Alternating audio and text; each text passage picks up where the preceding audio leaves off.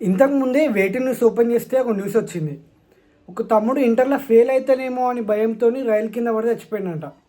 తీరా ఇవాళ చూస్తే పాస్. ఇప్పుడు అది దేనికి కరెక్ట్? నీ ప్రాణం పోయింది, నువ్వు పాస్ అయినావు. ఒక్క పూట తిని తినకుండా నిన్ను కష్టపడి చదివించిన అమ్మ నాన్నల కష్టం నువ్వు ఏం చేసినావు? ఏం నిలబెట్టినావు? అరే ఫెయిల్ అయితే బతకలేవా? ఇప్పుడు పాస్ అయినా ఓకే, ఫెయిల్ అయిన వాళ్ళ గురించి మాట్లాడదాం. ఫెయిల్ అయితే బతకలేవా? ఒక్క చదువు ఒకటే ఉందా? నా సర్కిల్లో నాకు తెలిసిన వాళ్ళు, నా వాళ్ళు ఇంటర్ డిగ్రీ సర్టిఫికేట్ లేకున్నా కానీ బిజినెస్ పెట్టారు, బిజినెస్లో సక్సెస్ అయ్యారు, 10 మందికి జీతాలు ఇస్తున్నారు.